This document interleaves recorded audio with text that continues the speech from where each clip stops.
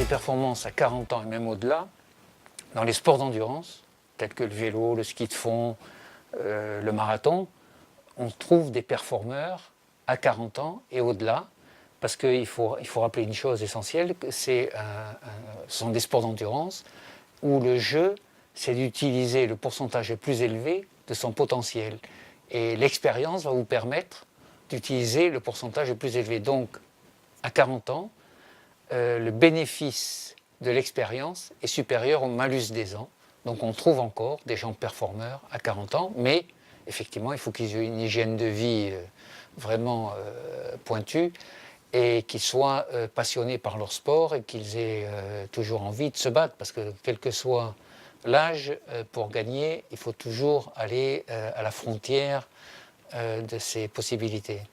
Alors le problème, quand on regarde une épreuve comme la Vuelta, ce que j'ai fait, parce que effectivement c'est passionnant de voir des attaques dans tous les sens, et le maillot rouge qui change régulièrement de porteur, effectivement ce qui était surprenant, c'est que c'est une épreuve cycliste et que malheureusement dans le vélo, et depuis des années, la suspicion est légitime.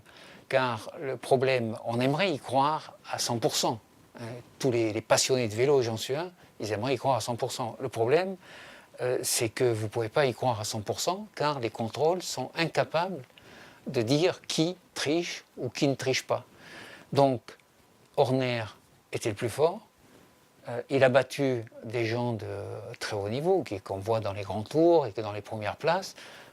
Nibali, Rodriguez, Valverde. Mais qui dit que ces gens-là aussi n'étaient pas bien préparés.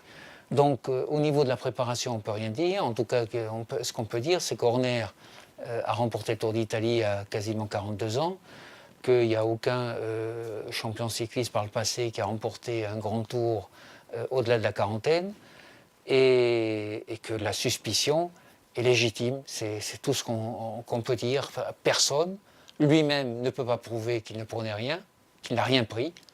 Et moi, qui éventuellement le suspecte, je ne peux pas prouver qu'il a pris quelque chose. Et donc on revient toujours à la base, c'est la lutte antidopage qui est en cause. On ne peut pas regarder ce genre de compétition sans avoir un doute, malheureusement.